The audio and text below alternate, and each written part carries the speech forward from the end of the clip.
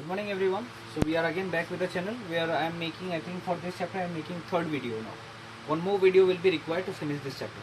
Now in this chapter earlier we have learned about the properties of metals and reactions of metal, physical property, chemical property we have learned. Today we are going to learn these three topics. The first one is displacement reaction. This kind of reaction only works in metal. It doesn't work for any other thing. Only this reaction works for only what? Metal.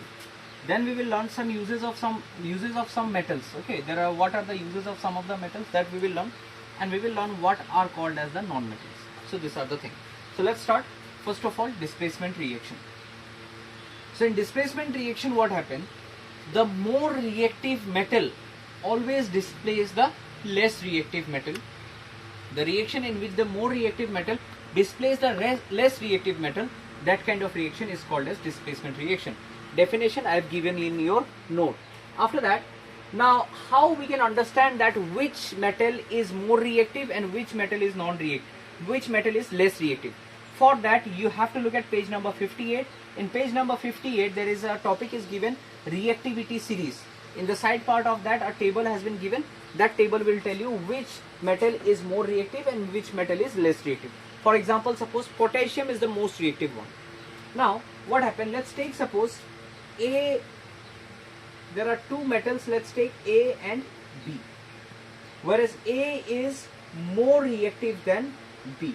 Metal A is more reactive than metal B. Then what happened to the reaction? Let's see. A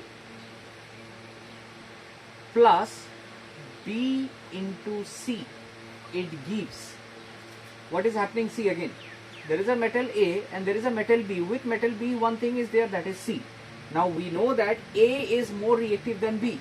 So what will A do? A will take the place of B and will come here, and B will become what? Alone.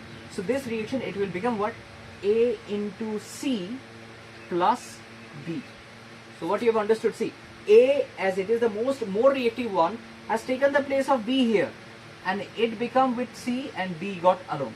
This kind of reaction is called as what? Displacement reaction. Then comes the next topic, that is uses of some metal. Now we all know there are different uses of metals are given.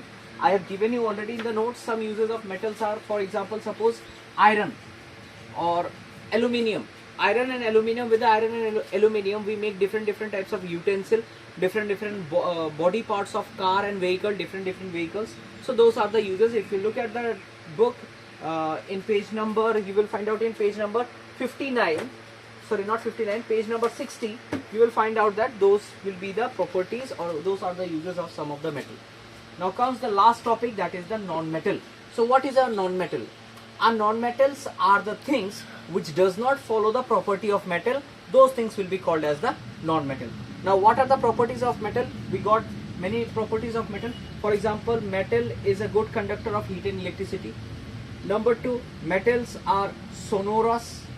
Number 3, metals are hard.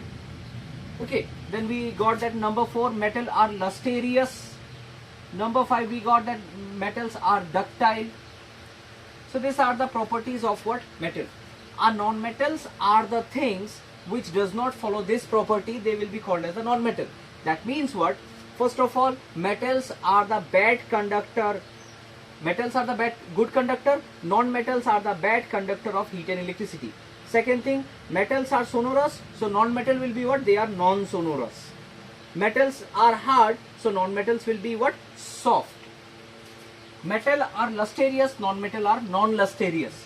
Then metals are ductile, non-metals are non-ductile. These are the properties of what? Non-metal. So I hope you have understood today's class. In tomorrow's class, we'll finish this chapter where we will learn some chemical properties and physical properties of non-metal. And we will learn about one more thing, that is called as the alloy. So only that 3 topics is left. If we finish that, our chapter will be over. So see you until next time. Thank you very much.